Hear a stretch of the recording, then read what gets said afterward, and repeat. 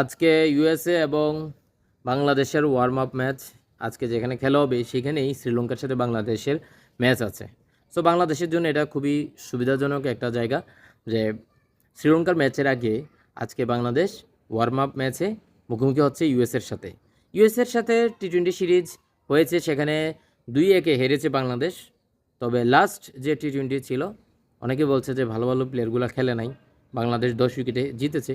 তবে আমার কাছে মনে হয় আজকে বাংলাদেশ নিজেদেরকে প্রমাণ করতে হবে যে ইউএসএ এর সাথে আমাদের টিম মানে অনেক অনেক আগায় আছে এবং ভালো একটা খেলা দিবে।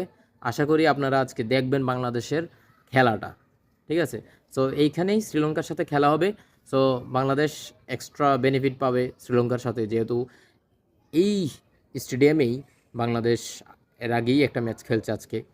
সো সব কিছু মিলে আপনারা কাকে এগিয়ে রাখছেন অবশ্যই বাংলাদেশ জানাবেন কমেন্ট।